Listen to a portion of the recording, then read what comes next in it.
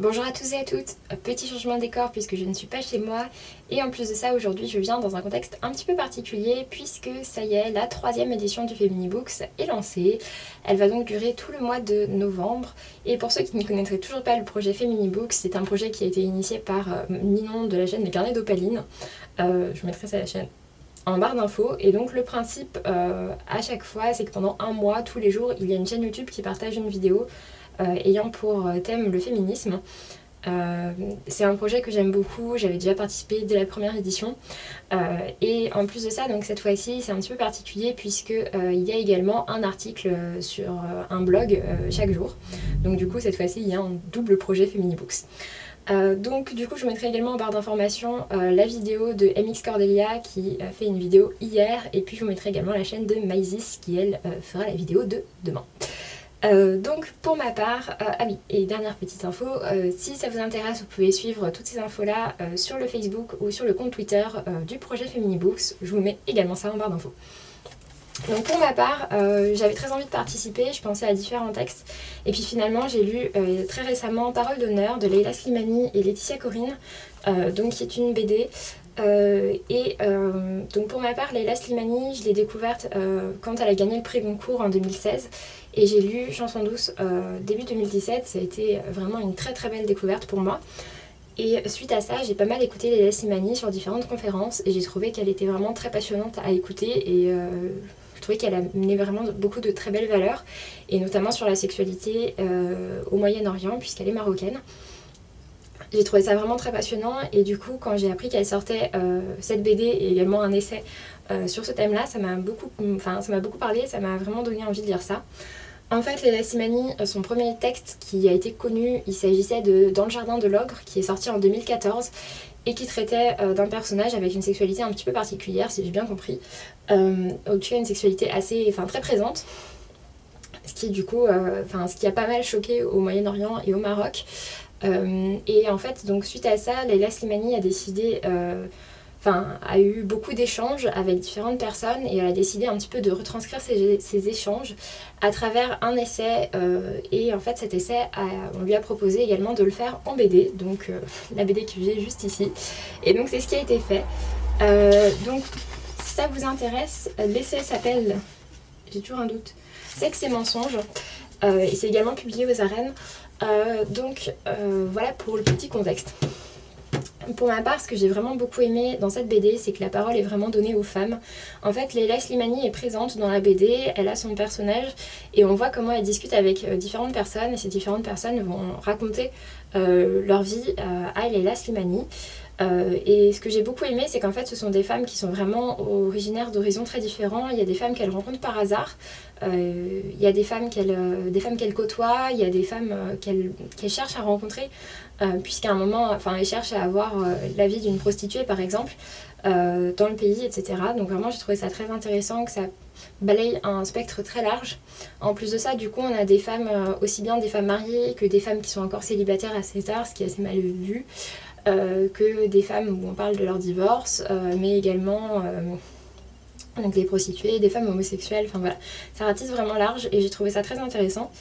Ce qui est vraiment mis en avant dans ce texte, c'est la liberté des femmes et ce à travers leur sexualité.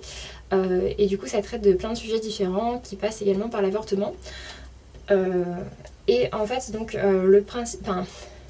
le sujet des femmes, c'est leur difficulté avec leurs conditions et leur liberté qu'elles n'ont pas forcément. Même si ça se passe au Maroc et que c'est vraiment ancré dans le Maroc, je trouve que malgré ça, il y a vraiment des choses qui sont très intéressantes à voir. Et par exemple, en fait, le problème qu'on voit et qui est vraiment majeur, c'est que les textes de loi appuient le fait que les femmes n'ont pas leur liberté à travers des lois qui sont vraiment très, très dures envers les femmes et qui peuvent les punir de plein de choses, que ce soit de l'adultère, de se marier sans avoir d'enfants, énormément de choses. Et du coup, c'est un peu tout ça qui est abordé dans le texte.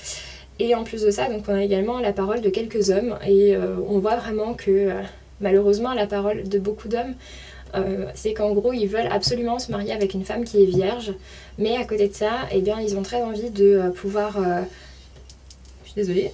à côté de ça, ils ont très envie de pouvoir coucher à droite à gauche avec différentes femmes. Donc du coup, voilà, il y a vraiment une grosse contradiction de ce côté-là. Et c'est ce qui crée en partie tout le malaise de certaines personnes et de beaucoup de femmes qu'on suit dans ce texte. Donc voilà, pour ma part, j'ai vraiment beaucoup aimé ça.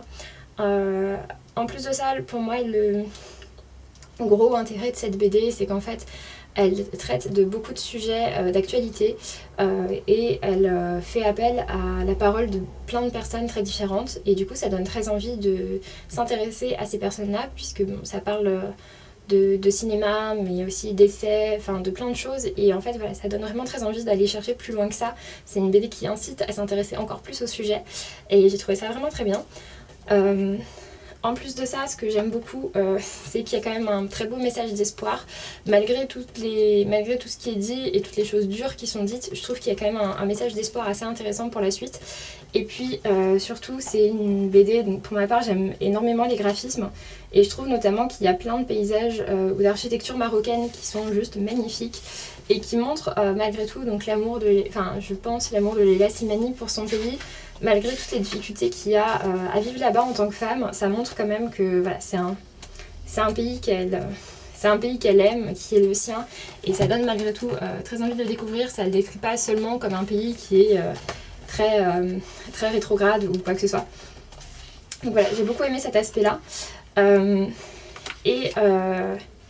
Juste pour terminer, je voulais vous lire un petit texte qui est publié donc à la page 57, et c'est une discussion entre Leila Slimani et Mona Eltaoui, donc, qui est une femme qui existe également, qui est une journaliste et écrivaine féministe. Et donc Leila Slimani lui demande comment expliquer ses retours en arrière, ses sursauts de culpabilité. Je pense souvent à Harriet Tubman, la grande abolitionniste américaine.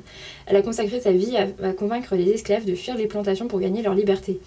Elle a dit « Si j'avais convaincu plus d'esclaves qu'ils étaient des esclaves, j'aurais pu en sauver des milliers d'autres. L'émancipation est d'abord la conscientisation.